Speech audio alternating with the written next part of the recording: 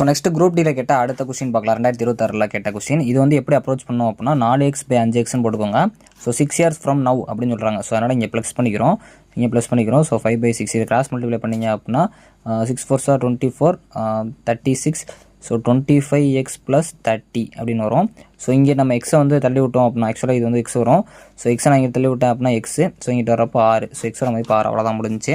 So அடுத்த question இந்த மாதிரி கொஸ்டின் கேட்குறாங்க அப்படின்னா ஸோ இது வந்து சிம்பிள் ட்ரெஸ்ட்டில் நீங்கள் ஃபார்முலா போடலாம். இல்லை அப்படின்னா ஸோ 3 வருஷத்துக்கு 1 வருஷத்துக்கு 4%, 3 வருஷத்துக்கு எவ்வளோ இருக்கும்? 12% இருக்கும். ஸோ 12% தான் எனக்கு 360 சொல்கிறாங்க. ஸோ அப்போ அந்த 1% எவ்வளோவா இருக்கும்? இது நம்ம அடித்தோம் அப்படின்னா இங்கே வந்து பார்த்திங்க அப்படின்னா 3 12 36, அப்போ 13 வருமா? ஸோ இங்கே வந்து எனக்கு 1% 13 வந்துருச்சு. ஸோ 100க்கு தான் நான் கண்டுபிடிக்கணும். ஏன்னா 12 தான் 100 மாற்றணும். அப்போ இங்கே 2 0 சேர்த்துக்கோங்க. ஆன்சர் வந்து 3000. சிம்பிளாக முடிச்சுட்டு போயிடலாம். இல்லை ஃபார்முலா போட்டிங்கன்னா ஆன்சர் வந்துடும். ஸோ அடுத்த கொஸ்டின் இந்த மாதிரி கொஸ்டின் செக்ஷன் கண்ட்ரோலில் ரீசெண்டாக இப்போ கேட்டாங்க. ஸோ அதனால் பார்த்து வச்சுக்கோங்க. ஸோ 11ஆல் மல்டிப்ளை ஆரை வச்சு கேட்குறாங்க. ஸோ பியோட வேல்யூ கேட்குறாங்க. ஸோ நம்ம வந்து 11ஓட டேபிள்னால என்ன பண்ணணும்? ஒவ்வொரு டிஜிட்டாக பார்க்கணும். ஸோ இங்கே பார்த்தீங்க அப்படின்னா 7 + p. ஸோ அதுக்கப்புறம் +9. இந்த இடத்துல நம்ம ப்ளஸ் பண்ணுற இடத்துல வந்து மிஸ்டேக்கே பண்ணிடக்கூடாது.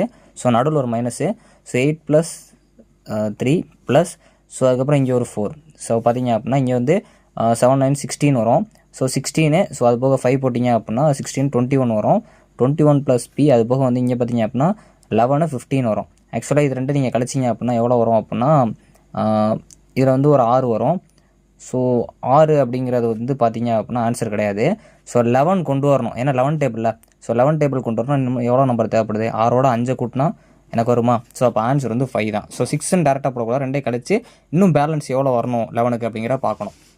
ஸோ இந்த மாதிரி கொஸ்டின் கேட்குறாங்கன்னா இது வந்து இப்போ ரீசெண்டாக கேட்குற ட்ரெண்டு. ஸோ அதை பார்த்தீங்க அப்படின்னா 7². ஸோ இப்போ 99² = 57² + x. அதாவது பிடி கண்டுபிடிக்கிறேன்னா ஸோ இது நம்ம வந்து லாங்காக போட்டு போனால் ஆன்சர் வராது. ஸோ அதாவது நீங்கள் ரொம்ப நேரம் கால்குலேட் பண்ணுற மாதிரி இருக்கும். லாஸ்ட் டிஜிட்டை மட்டும் பாருங்கள்.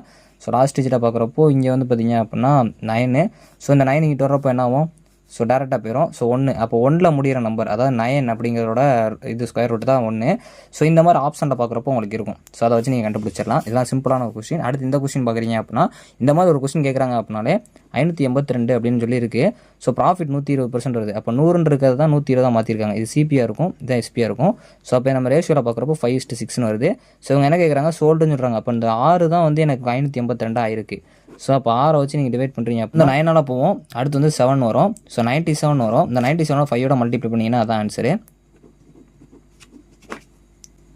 ஸோ அதை மல்டிப்ளை பண்ணிங்க அப்படின்னா 485 வரும். ஸோ இதுதான் ஆன்சர். இதுதான் கொஸ்டின். இது ஃபுல்லாமே இந்த டைம் குரூப் டி 2026 கேட்டாங்க. இது அப்கமிங் 6ல் கேட்க வாய்ப்பு இருக்குது. அதாவது NTPC இந்த மாதிரி எக்ஸாம்ஸில். தேங்க்ஸ் ஃபார் வாட்சிங்.